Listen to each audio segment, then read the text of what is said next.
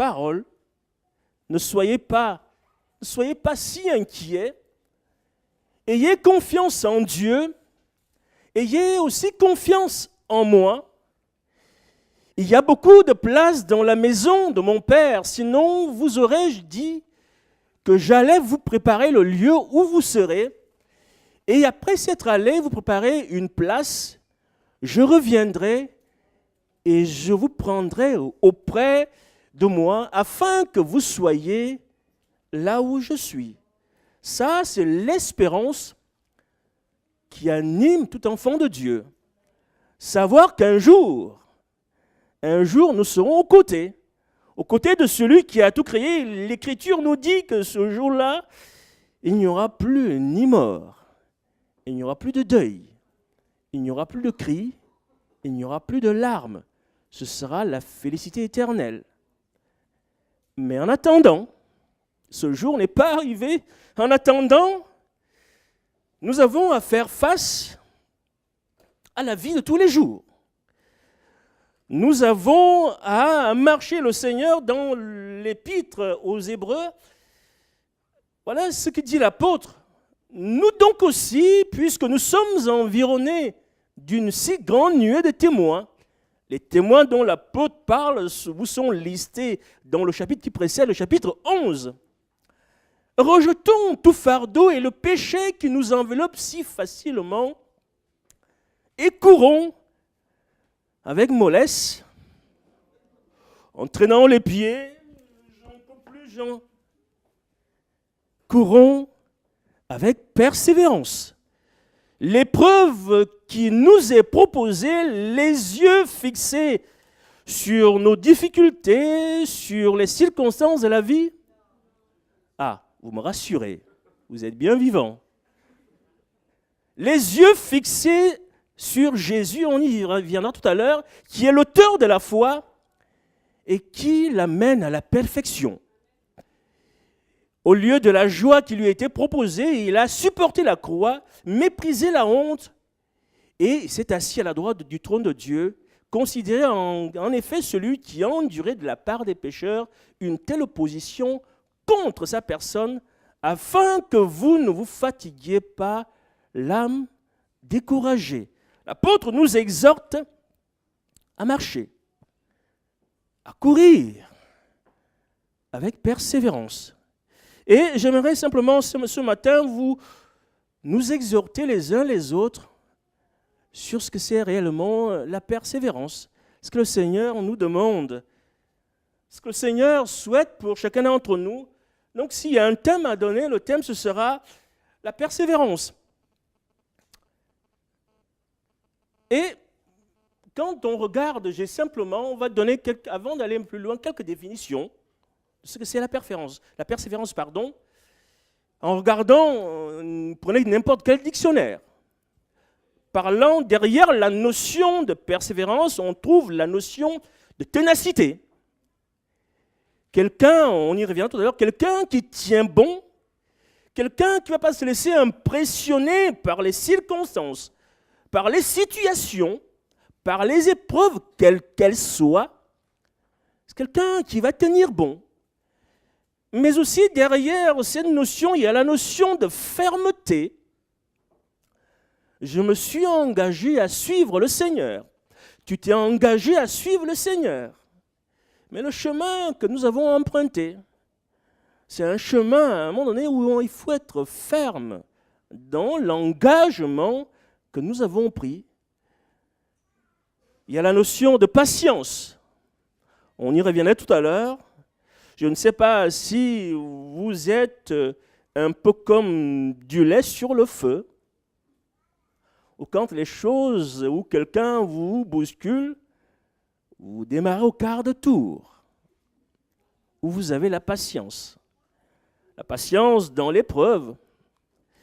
Et puis la patience, on y reviendra tout à l'heure, vis-à-vis de nos frères, de nos sœurs.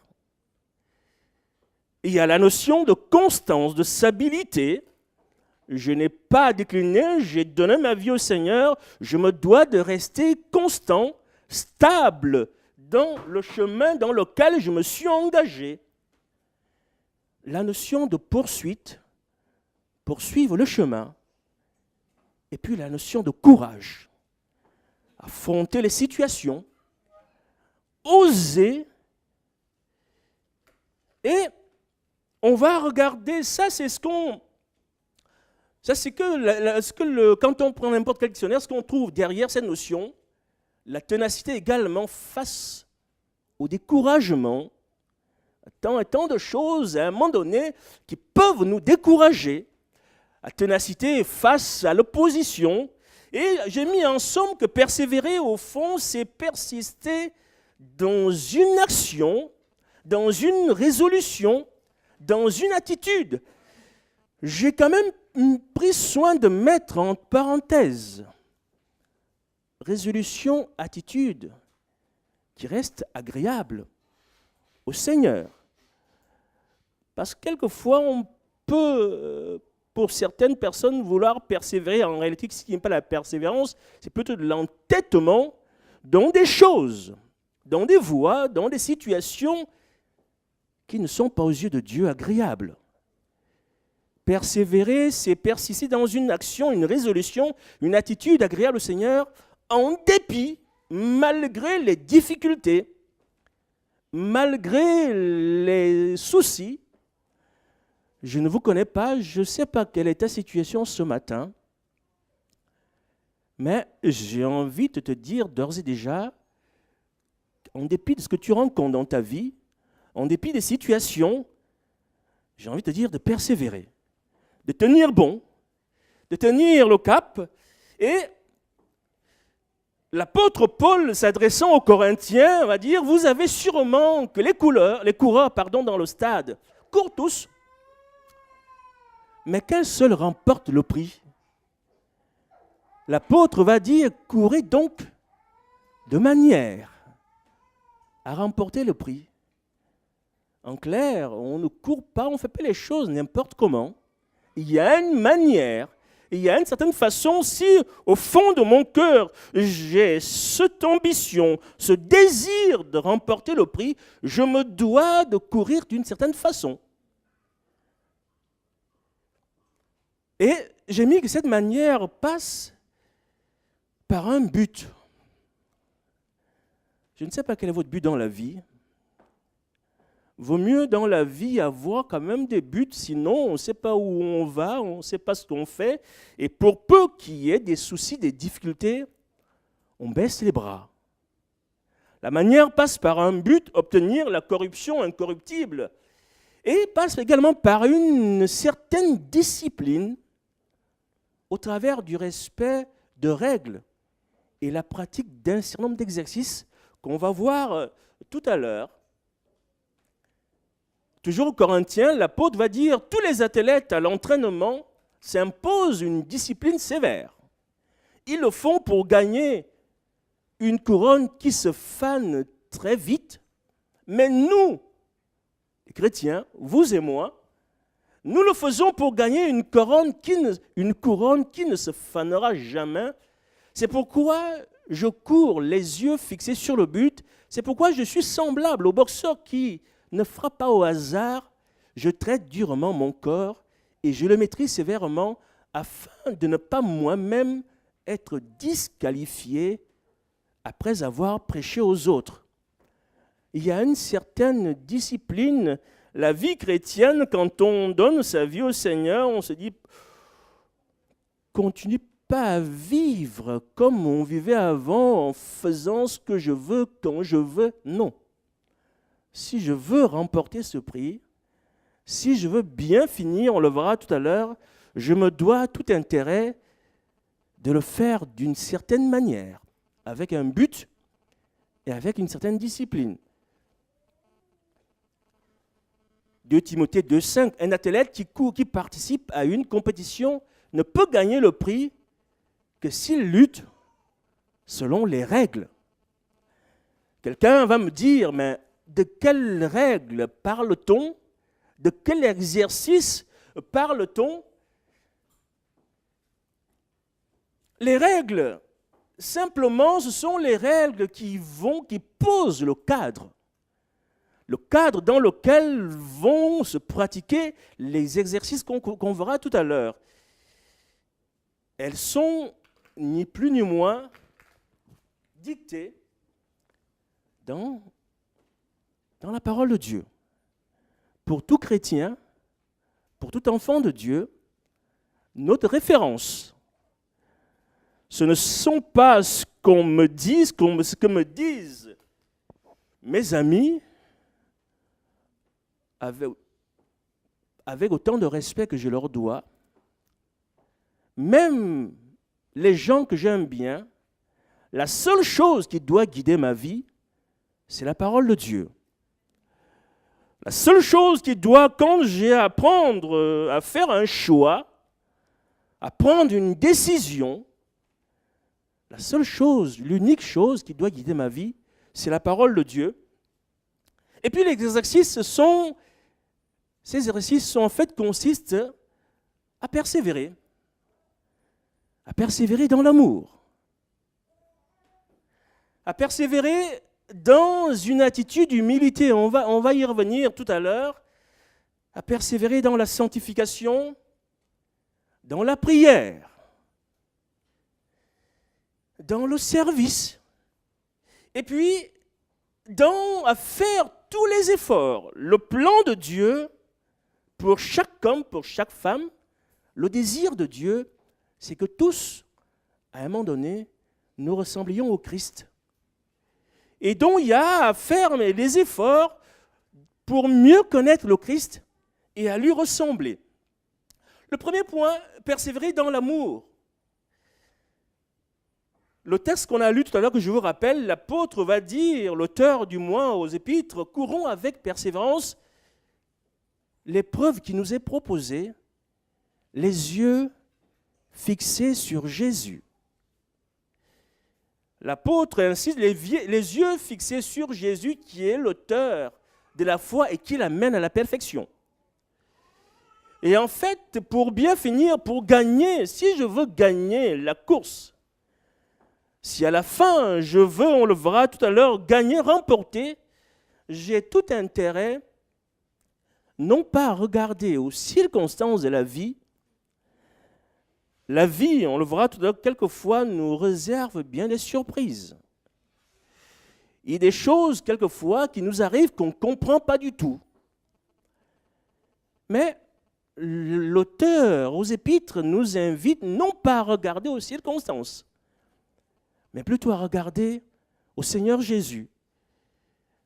Non pas aux circonstances, disais-je. Et quand on regarde dans l'évangile de Jean, le Seigneur lui-même dira, si quelqu'un m'aime, il gardera ma parole, mon Père l'aimera, nous viendrons vers lui et nous ferons une demeure chez lui. Vous imaginez, prenez un temps soit peu, n'importe quel président qui décide de venir chez vous, comment vous allez réagir? En tout cas, quelque part, pour vous, ce sera un honneur. Mais à plus forte raison, celui qui a créé les cieux et la terre, celui qui a tout créé, si quelqu'un m'aime, il gardera ma parole et mon Père l'aimera, nous viendrons vers lui et nous ferons notre demeure chez lui. Toujours dans le même évangile, chapitre 15, le Seigneur va dire, moi je suis le cep, vous êtes les sarments. Celui qui demeure en moi, comme moi en lui, porte beaucoup de fruits, car sans moi, vous ne pouvez strictement rien faire.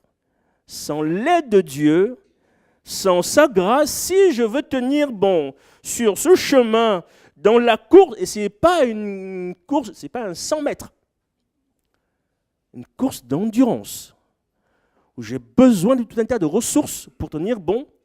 Si je veux tenir bon pendant cette course, j'ai tout intérêt à être rattaché à celui qui va me fournir toutes les ressources dont j'ai besoin.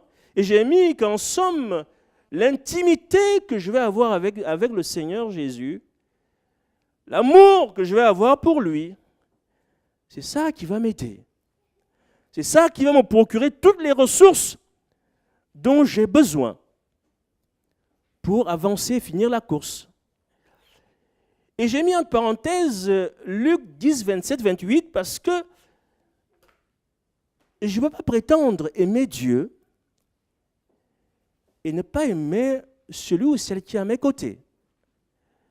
Rappelez-vous cette discussion qui va avoir lieu entre le Seigneur Jésus et le docteur de la loi. Le docteur de la loi vient le voir et lui dit « Seigneur, maître, que dois-je faire pour hériter la vie éternelle ?» Ça, c'est une excellente question. D'ailleurs, que tout homme devra se poser. Le Seigneur va lui dire, qu'est-ce qui est écrit dans la loi? Qu'est-ce que tu lis?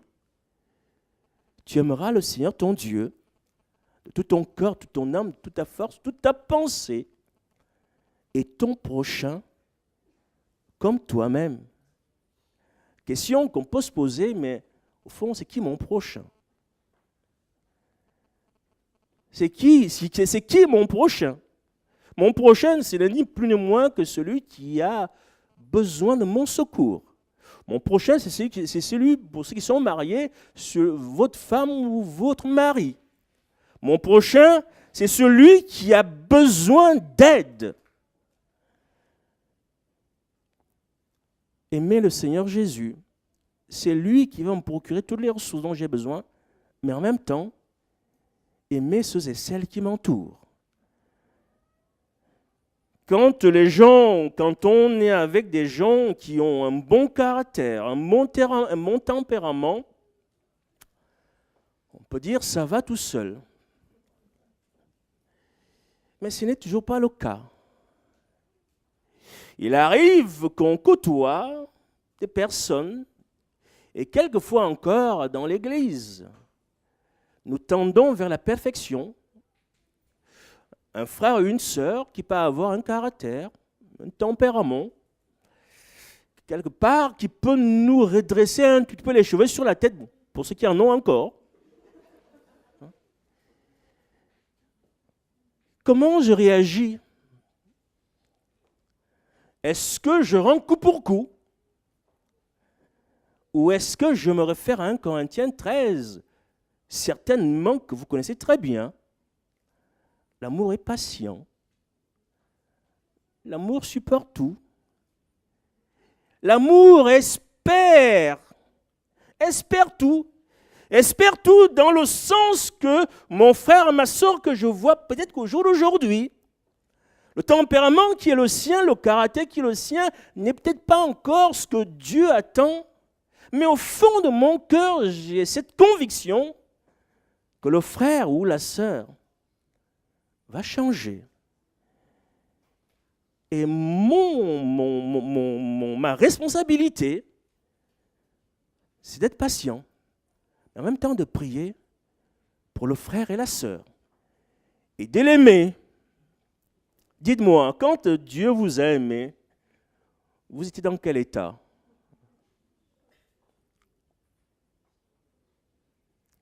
Personne, je ne sais pas si c'est dans la salle, quelqu'un qui peut me dire, moi j'étais tellement clean que c'est à cause de ça qu'il m'a aimé.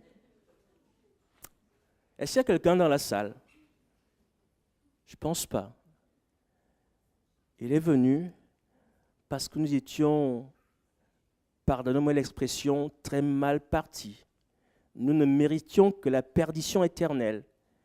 Mais à cause de son grand amour, il a eu pitié de nous. C'est le même amour, les mêmes sentiments. Paul doit dire, ayez en vous les sentiments qui étaient en Jésus-Christ. Ce sont les mêmes sentiments qui doivent m'animer à tout instant. À tout instant. Que le frère ou la sœur qui est à mes côtés a un caractère simple ou pas, je me dois de l'aimer. Amen. Je me dois de l'aimer comme Dieu m'aime tous les jours. Persévérer dans l'amour. Aimer le Seigneur, certes, mais en même temps, aimer mes frères et sœurs. Et puis, persévérer dans l'humilité. L'humilité, j'ai mis en fait quelqu'un qui est humble, c'est quelqu'un qui va reconnaître son humanité, quelqu'un qui va reconnaître les limites qu'impose son état, quelqu'un qui va reconnaître qu'il a besoin d'une autre personne. L'humilité m'amène, j'ai mis, à reconnaître ma misère. L'humilité m'amène à reconnaître mon besoin de dépendre de la grâce de Dieu, parce que j'ai pris conscience que je n'ai pas assez de ressources pour aller plus loin. J'ai besoin de la grâce de Dieu. J'ai besoin de dépendre de celui qui va me fournir à tout instant les ressources dont j'ai besoin pour avancer dans la vie. Et ce n'est pas pour rien si l'apôtre dans Hébreux 12:2 va dire « Ayez, courez avec persévérance, mais les yeux fixés sur le Christ qui va m'alimenter. C'est lui qui va me donner toutes les ressources dont j'ai besoin pour avancer. De moi-même, je ne peux rien. Sans moi, vous ne pouvez rien faire. » L'humilité m'amène à avoir une sage appréciation de ce que je suis. Je ne me prends pas pour un grand... non. Mais en même temps, je ne me mets même pas au ras de pâquerette. Je me considère, je me vois comme Dieu me voit. Quand Dieu me regarde, comment me voit-il? Il ne me prend pas pour ce que je ne suis pas. En même temps, Dieu ne me regarde pas avec un regard de mépris, non. Une juste valeur. L'humilité m'amène à avoir une sage appréciation de qui je suis. Et la Bible dit que l'humilité même m'amène à regarder les autres comme étant au-dessus de moi. Ça, il faut un peu de mal. On veut être chef, on veut commander. On n'aime pas qu'on donne les ordres. On n'aime pas qu'on nous dise « fais ceci ». On veut être, entre guillemets, le grand patron. Aux yeux de Dieu, si vous avez cette mentalité, je vous encourage rapidement à changer. Et sinon, demandez la prière. On le verra tout à l'heure. Service. L'humilité m'amène à regarder les autres comme étant au-dessus de moi. Et le prophète dans Ésaïe 40:31 dira « Mais ceux qui espèrent en l'Éternel renouvellent leur force.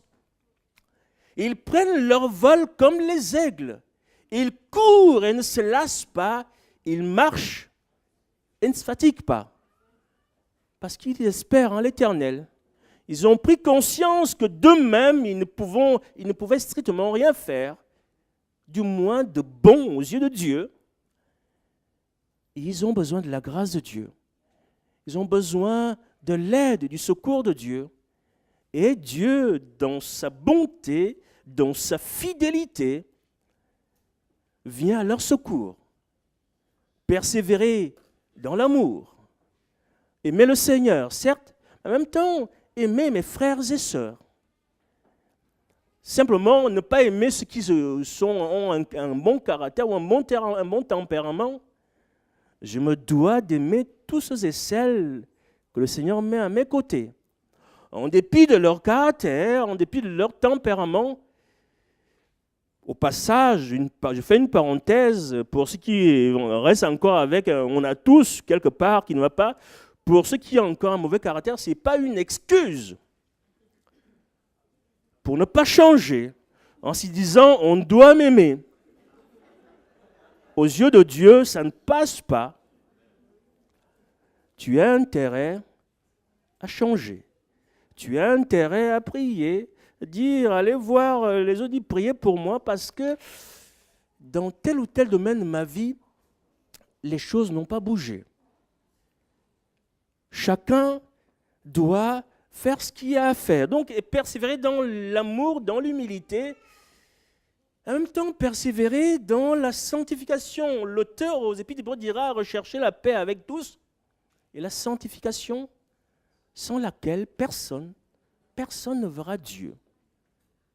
Personne. Matthieu 5, 8, heureux ceux qui ont le cœur pur, car ils verront Dieu. Quelqu'un va me dire, mais c'est quoi avoir un cœur pur? Un cœur pur, c'est un cœur qui est droit, dénué de motifs impurs. Il y a ce psaume 86, je crois, ce verset 11, où le psalmiste va dire à Dieu, enseigne-moi tes voies, je marcherai dans la vérité, donne-moi un cœur simple. Littéralement, un cœur qui fait un cœur sans partage, un cœur qui n'est pas entaché par tout un tas de choses, un cœur sans mélange. La sanctification, être mis à part pour servir celui qui nous a tant aimés. Quelqu'un pourra me dire, mais concrètement, comment je fais? Comment je fais pour cultiver ce cœur pur? Simplement, toujours la Bible nous dit, en disant non au péché, oui à la volonté de Dieu. 1 Pierre, nous dit 1 Pierre 1, 14, 16, il nous dit, comme les enfants obéissants, ne vous conformez pas aux désirs que vous aviez autrefois dans votre ignorance. Au jour d'aujourd'hui, on connaît la vérité.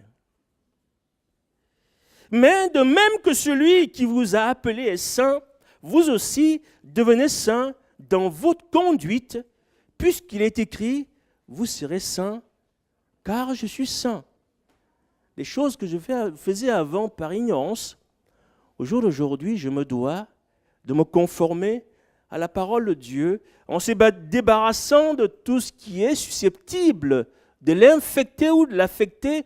Proverbe 4, 23, garde ton cœur plus que toute autre chose, car de lui viennent les sources de la vie.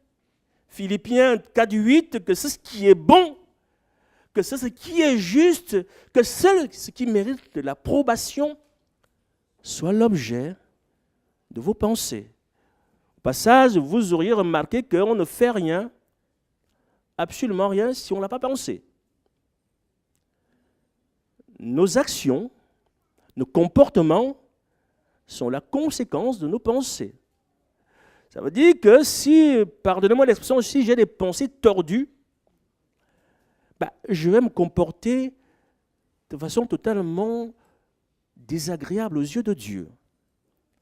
Je me dois donc d'alimenter mes pensées par ce qui est bon, par ce qui est juste, par ce qui est agréable à Dieu, pour que les comportements qui vont suivre soient agréables aux yeux de notre Seigneur. Persévérer dans la sanctification, c'est chacun d'entre nous, quelqu'un d'autre. Il y a des choses que Dieu fait dans notre vie et que nous ne pourrions jamais faire. Il y a des choses que nous avons à faire que Dieu ne fera pas à notre place. Et ça, c'est notre responsabilité. Dieu est prêt à nous aider, mais à condition que nous manifestions un peu de bonne volonté. Persévérer dans l'amour, dans l'humilité, dans la sanctification et dans la prière. Tiens, rappelle-moi, quel jour vous avez de réunion de prière ici? Jeudi. Est-ce que pour vous, le seul moment du Seigneur, c'est uniquement les dimanches? Ou aussi dans votre agenda, il y a les jeudis? L'Écriture nous dit qu'ils persévérèrent dans l'enseignement des apôtres. Acte 2, je pense, 47, dans la communion fraternelle, dans la fraction du pain, ce qu'on a fait tout à l'heure, et dans les prières. Persévérer dans la prière. L'apôtre, dans l'Épître aux Colossiens, parlant d'Épaphras, qui est aussi l'un des vôtres, vous salue. Ce serviteur de Jésus-Christ ne cesse pas de prier avec ardeur pour vous. Est-ce que tu pries pour celui ou celle qui est à tes côtés? Avec ardeur. La prière fervente du juste a une grande efficacité. Il ne cesse de prier avec ardeur pour vous, afin que vous demeuriez fermes, spirituellement adultes et bien décidés à faire en tout la volonté de Dieu. L'apôtre d'Épaphras ne prie pas simplement pour des besoins, certes, dans notre vie. Il peut arriver qu'on traverse des moments difficiles, on a besoin pour certains qui cherchent du travail ou autre chose. Mais l'apôtre l'Épaphras va prier avec ferveur pour que les autres frères et sœurs tiennent ferme, mais surtout qu'en tout temps, qu'ils soient décidés à faire la volonté de Dieu, en clair, à faire ce qui est bien aux yeux de Dieu. Au-delà de prier, certes, nous avons à prier pour, dans l'église où je suis, on prie pour les frères et sœurs, et Dieu, merci, est fidèle, il exauce. Il y a des frères qui ont trouvé du travail tout récemment. Mais au-delà des besoins matériels, nous avons besoin de prier les uns pour les autres pour que nous tenions ferme dans l'engagement que nous avons pris le jour de notre baptême en disant « Seigneur, je veux te suivre jusqu'au bout ». On a chanté ce matin « Marchons jusqu'au bout, je veux te suivre ». Mais encore faudra-t-il que je sois ferme. Tenir ferme dans ce que Dieu me demande de faire. Quelle est la volonté de Dieu pour ta vie? Est-ce que je vais me laisser influencer par ce que vont me dire les gens ou je vais plutôt me laisser influencer par ce que me dit la parole de Dieu, par ce que me dit le Saint-Esprit? Priez, ne cesse de prier avec ardeur pour vous, afin que vous demeuriez fermes et spirituellement adultes et bien décidés à faire en tout la volonté de Dieu. Vous connaissez également ce texte dans Luc 18 où cette femme veuve va importuner le juge qui à aucun moment ne voulait lui rendre justice. L'Écriture nous dit qu'à plusieurs reprises, elle est allée voir le juge. Le juge ne voulait rien savoir. Elle aurait bien pu se dire à un moment donné, écoute, j'en ai assez, je m'arrête là, je baisse les bras. Ça n'a pas été son comportement, sa décision. Elle a persévéré, bien décidée au fond de son cœur, elle savait ce qu'elle voulait. Quand on sait ce qu'on veut dans la vie, on ne baisse pas les bras. On ne se laisse pas démonter par les situations, par les circonstances. Et cette dame a tenu bon. Et c'est le juge qui va finir par céder. En disant, pour éviter que cette dame ne vienne continuer à me casser la tête, je vais finir par répondre à son besoin. La ténacité, la persévérance dans la prière.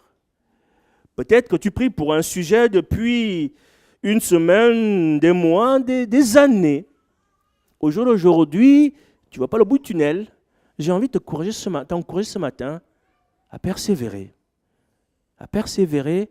Et d'ailleurs, quand à la suite de ce texte, Seigneur Jésus va poser cette question. Lorsque le Fils de l'homme reviendra, trouvera-t-il encore de la foi sur terre? Tant certains, dans ce genre de situation, auront vite fait de baisser les bras. Mais la foi qui m'anime, cette ferme confiance, doit m'amener à tenir bon et à me dire, j'ai affaire à un grand Dieu, mon Dieu qui est bon, qui m'entend et qui m'aime, et qui un jour finira par me faire grâce. Je n'ai pas à baisser les bras. La persévérance dans la prière. Et puis, il y a ce texte que vous connaissez très bien, Jacob, Genèse 39, 27, il dit « Laisse-moi partir, car l'aurore se lève. » Jacob va répondre « Je ne te laisserai pas partir tant que tu ne m'as béni. Je m'accroche à toi. Tant que tu ne m'as pas béni, je ne lâche pas le morceau. Je tiens bon. » Que Dieu nous aide, vous aide. Et puis, il y a la persévérance dans le service. Est-ce que j'attends que les autres me servent? J'arrive à l'église, au passage, vous avez une église, c'est nickel chrome. Merci Seigneur, c'est bien. Est-ce que j'attends que les autres fassent tout et moi je suis là? Je croise les bras, je regarde. où j'ai mis mon Seigneur, qui va dire, je ne suis pas venu pour être servi, mais pour servir, être au service des autres. Et l'apôtre dira dans Galates 5,13, frères, vous avez été appelés à la liberté. Seulement, ne faites pas de cette liberté un prétexte pour vivre selon la chair, mais par amour, encore une fois, soyez serviteurs, les uns les autres. L'apôtre précise par amour. Ça veut dire qu'à un moment donné, je peux être amené à servir des personnes dont le caractère mérite et que je n'ai pas du tout envie de les servir. Par amour. L'amour est patient. L'amour supporte tout. L'amour espère tout. Par amour, soyez serviteurs des uns des autres. Quel que soit l'état, la personne, son caractère, je me dois de le servir ou de la servir. Je n'attends pas que les autres fassent tout. Le Seigneur nous a tous, quelqu'un pourra dire, écoute, moi je n'ai rien reçu de Dieu. Mon œil. On a tous reçu quelque chose de Dieu. Chacun d'entre nous, on a reçu quelque chose de Dieu. Peut-être tu as du mal là à le discerner. Les réunions de prière, tu peux aller voir le pasteur, dire, écoute, fond de mon cœur, j'ai besoin qu'on prie pour moi pour que je sache réellement ce que Dieu attend de moi. Mais je ne reste pas les bras croisés en faisant un peu comme les touristes qui viennent de temps en temps et qui sont... Non. Formons une famille. Et dans la famille de Dieu, les gens n'attendent pas que les autres fassent tout. Moi, j'arrive, les pieds sur la table. Non. Je retrousse les manches et je mets les mains dans la pâte. Peut-être c'est le ménage, peut-être, je ne sais pas, la musique, ou en tout cas, je ne reste pas sans rien faire. Par amour, soyez serviteurs des uns des autres. Ainsi, mes frères, montrez-vous fermes et inébranlables. Soyez toujours plus actifs dans l'œuvre du Seigneur. Plus actifs. Puisque vous savez que la peine que vous donnez dans la communion avec le Seigneur n'est jamais perdue. J'avance ténacité face à l'incompréhension.